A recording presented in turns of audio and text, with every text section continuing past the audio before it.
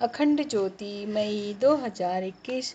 शीर्षक है ईश्वरीय प्रतिनिधि स्वामी विवेकानंद। स्वामी विवेकानंद वेदांत के विख्यात और प्रभावशाली आध्यात्मिक गुरु थे। उन्होंने अमेरिका स्थित शिकागो में सन 1893 में आयोजित विश्व धर्म महासभा में भारत की ओर से सनातन धर्म का प्रतिनिधित्व किया था। भारत का आध्यात्मिकता से परिपूर्ण वेदांत दर्शन अमेरिका और यूरोप के हर एक देश में स्वामी विवेकानंद के ओजस्वी भाषण के कारण ही पहुंचा। उन्होंने रामकृष्ण मिशन की स्थापना की थी, जो आज भी अपना काम बखूबी कर रहा है। उन्हें प्रमुख रूप से उनके भाषण की शुरुआत मेरे अमेरिकी भाइयों एवं बहनों के साथ करने के लिए जाना जाता है। उनके संबोधन के इस प्रथम वाक्य ने सबका दिल जीत लिया था। गॉड मोहन मुखर्जी स्ट्रीट, कलकत्ता स्थित स्वामी विवेकानंद का मूल जन्म स्थान, जिसका पुनरुद्धार करके उसे अब एक सांस्कृतिक केंद्र का रूप दे दिया गया है, वहाँ उनका जन्म 12 जनवरी सन 1863 को कलकत्ता के एक कायस्थ परिवार में हुआ था। उनके बचपन का नाम नरेंद्र दत्त था। इसके पिता विश्वनाथ दत्त कोलकाता हाईकोर्ट के एक प्रसिद्ध वकील थे। नरेंद्र के दादाजी श्री दुर्गाचरण दत्त संस्कृत और फारसी के प्रसिद्ध विद्वान थे। उन्होंने अपने परिवार को 25 वर्ष की आयु में ही छोड़ दिया था और साधु बन गए थे। उनकी माता भुवनेश्वरी देवी धार्मिक विचारों वाली महिला थी। उनका अधिकांश समय भगवान शिव की पूजा अर्चना में व्यतीत होता था।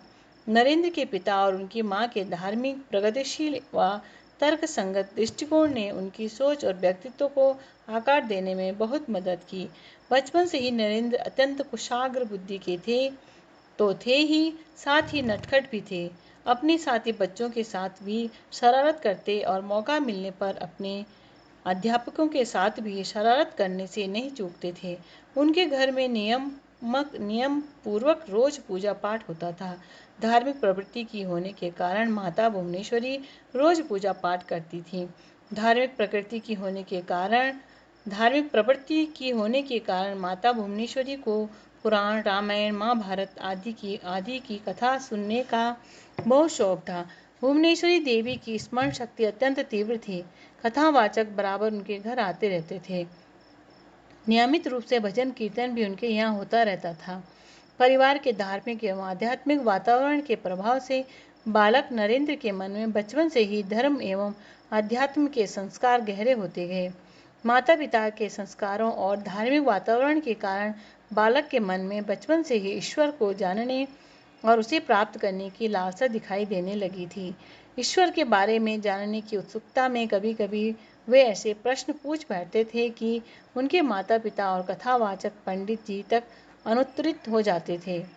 सन 1871 को 8 साल की उम्र में नरेंद्र दत्त ने ईश्वरचंद्र विद्यासागर के मेट्रोपॉलिटन संस्थान में दाखिला लिया, जहां वे स्कूल गए। सन 1877 में उनका परिवार रायपुर चला गया। सन 1879 में कलकत्ता में अपने परिवार की वापसी के बाद वे एकमात्र छात्र थे जिन्होंने प्रेसिडेंसी कॉलेज में प्रवेश परीक्षा में प्रथम श्रेणी के अंक प्राप्त किए थे। उन्हें दर्शन, धर्म, इतिहास, सामाजिक विज्ञान, कला और साहित्य में बहुत रुचि थी। उन्होंने वेद, उपनिषदों, भगवत गीता, रामायण, महाभारत और पुराणों के अतिरिक्त अनेक हिंदू शास्त्रों का गहन अध्ययन किया था। नरेंद्र को भारतीय शास्त्रीय संगीत में प्रशिक्षित किया गया था और ये नियमित रूप से शारीरिक व्यायाम व खेलों में भाग लिया करते थे। नरेंद्र ने पश्चिमी तर्क, दर्शन और यूरोपीय इतिहास का अध्ययन जनरल असेंबली इंस्टीट्यूशन, अब स्कॉटिश चर्च कॉलेज में किया। सन 1881 में उन्होंने ललित कला की परीक्षा उत्तीर्ण की और सन 1884 में कला स्नातक की उपाधि प्राप्त कर ली थी। युग नायक एवं विश्व सम्राट स्वामी विवेकानंद की ओजस्वी वाणी से ही वो शब्द निकले थे जिसमें उन्होंने कहा था, आपने जिस सौहार्द और स्नेह के साथ हम लोगों का स्वागत किया है, उसके प्रति आभार प्रकट करने के निमित्त खड़े होते समय मेरा हृदय अपार हर्ष से पूर्ण हो रहा है। संसार में सन्यासियों की सबसे प्राचीन परंपरा की ओर से मैं आपका आपको धन्यवाद देता हूँ और धर्मों की माँ की ओर से धन्यवाद देता हूँ और सभी संप्रदायों एवं मतों की कोटि कोटि हिंदुओं की ओर से भी धन्यवाद देता हूँ। मैं इस मंच से बोलने वाले उन कतिपय वक्ताओं के प्रति भी धन्यवाद ज्ञापित करता हूँ जिन्होंने प्राचीन काल के प्रतिनिधियों का उल्लेख करते समय आपको यह बतलाया है कि सुदूर देशों के ये लोग सहिष्णु व भाव विविध देशों में प्रचारित करने के गौरव का दावा कर सकते हैं। मैं एक ऐसे धर्म का अनुयायी होने में गर्व का अनुभव करता हूँ जिसने संसार को सहिष्णुता तथा सार्वभौम स्वीकृत दोनों ही की शिक्षा दी है। हम लोग सब धर्मों के प्रति केवल सहिष्णुता में ही विश्वास नहीं करते वरन समस्त धर्मों को सच्चा मानकर स्वीकार भी करते हैं। मुझे ऐसे देश का व्यक्ति होने का अभिमान है जिसने इस पृथ्वी के समस्त धर्मों और देशों के उत्पीड़ितों एवं और शरणार्थियों को आश्रय दिया। मुझे आपको यह बताते हुए गर्व होता है कि हमने अपने वक्ष में उन यहूदियों के विशुद्धतम अवशिष्ट को स्थान दिया था जिन्होंने दक्षिण भारत आकर उसी वर्ष शरण ली थी जिस वर्ष उनके पवित्र मंदिर को रोमन जाति ने अत्याचार से धूल में मिला दिया था। ऐसे धर्म का अनुयायी होने में मैं गर्व का अनुभव करता हूँ जिसने महान जरस्तुस्त्र जाति के अवशिष्ट अंश को शरण दी और जिसका पालन वह अब तक कर रहा है। भाइयों, मैं आप लोगों को एक स्तोत्र की कुछ पंक्तियाँ सुनाता हूँ जिसकी आवृत्ति मैं बचपन से करता आ रहा हूँ और जिसकी आवृत्ति प्रतिदिन लाखों मनुष्य किया करते हैं। रुचिनाम वैचित्र्या जुकुटिल नाना पथ जुसाम निर्णामेको गमस्त्वमस्मि पयसामरणौ इव। अर्थात जैसे विभिन्न नदियाँ भिन्न भिन्न स्रोतों से निकलकर समुद्र में मिल जाती है उसी प्रकार हे प्रभु भिन्न भिन्न रुचि के अनुसार भिन्न टेढ़े मेढ़े अथवा सीधे रास्ते से जाने वाले लोग अंत में तुझमें ही आकर मिल जाते हैं। यह सभा जो अभी तक आयोजित सर्वश्रेष्ठ पवित्र सम्मेलनों में से एक है स्वतः ही गीता के इस अद्भुत उपदेश का प्रतिपादन एवं जगत के प्रति उसकी घोषणा करती है। ये यथा माम प्रपद्यन्ते तस्थैव भजाम्यहम् मम वर्तानुवर्तते मनुष्यः पार्थ सर्वशः।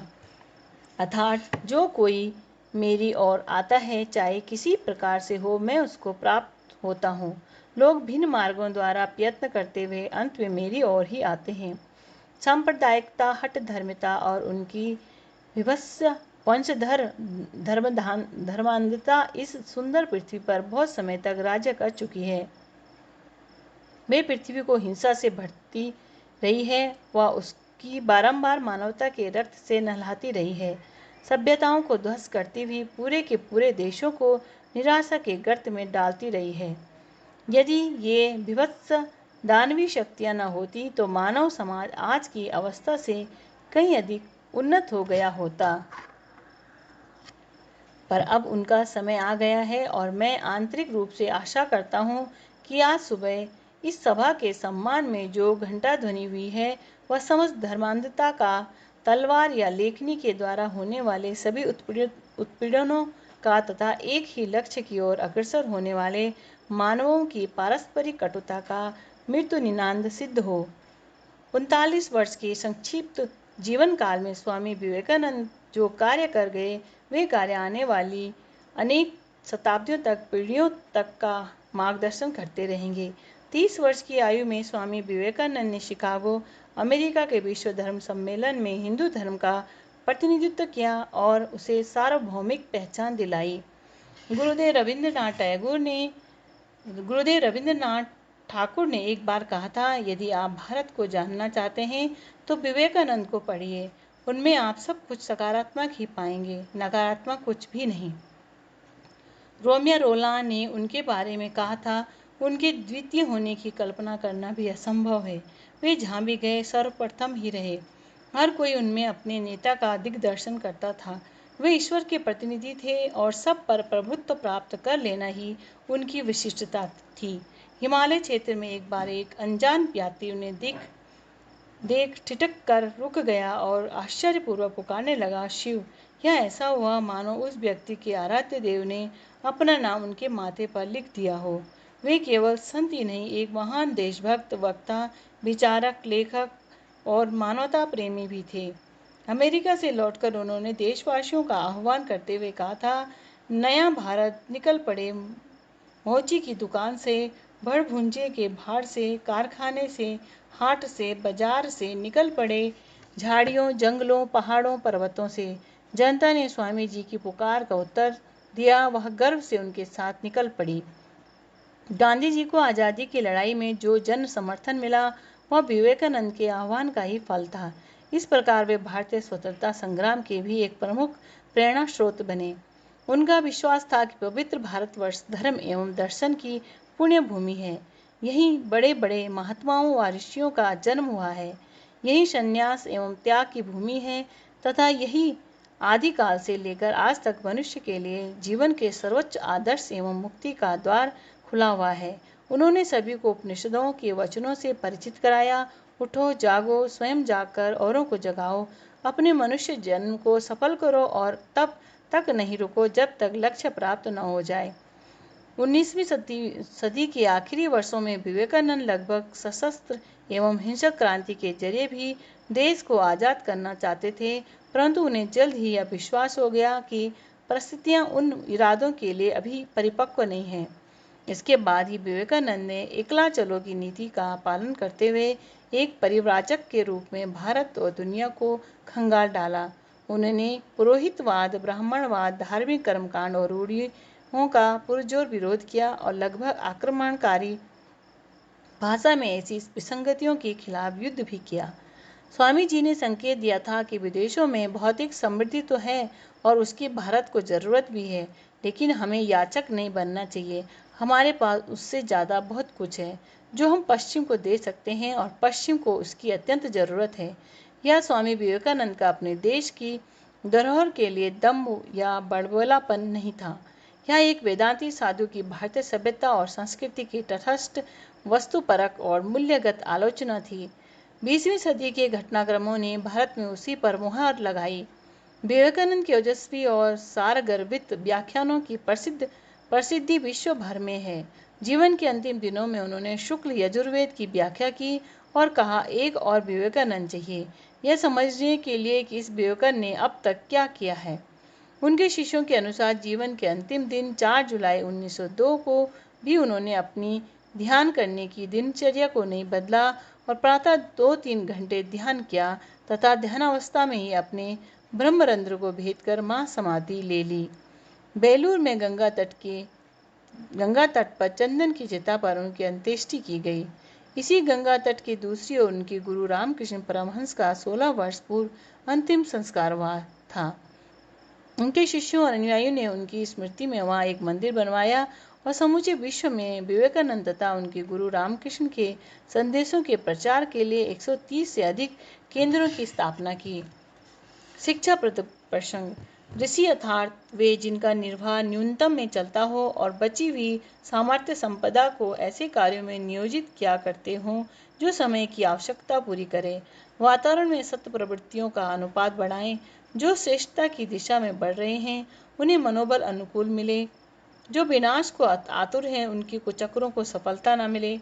संक्षेप में यही हैं वे कार्य निर्धारण जिनके लिए ऋषियों के प्रत्यक्ष और परोक्ष प्रयास अनवरत गति से चलते रहते हैं।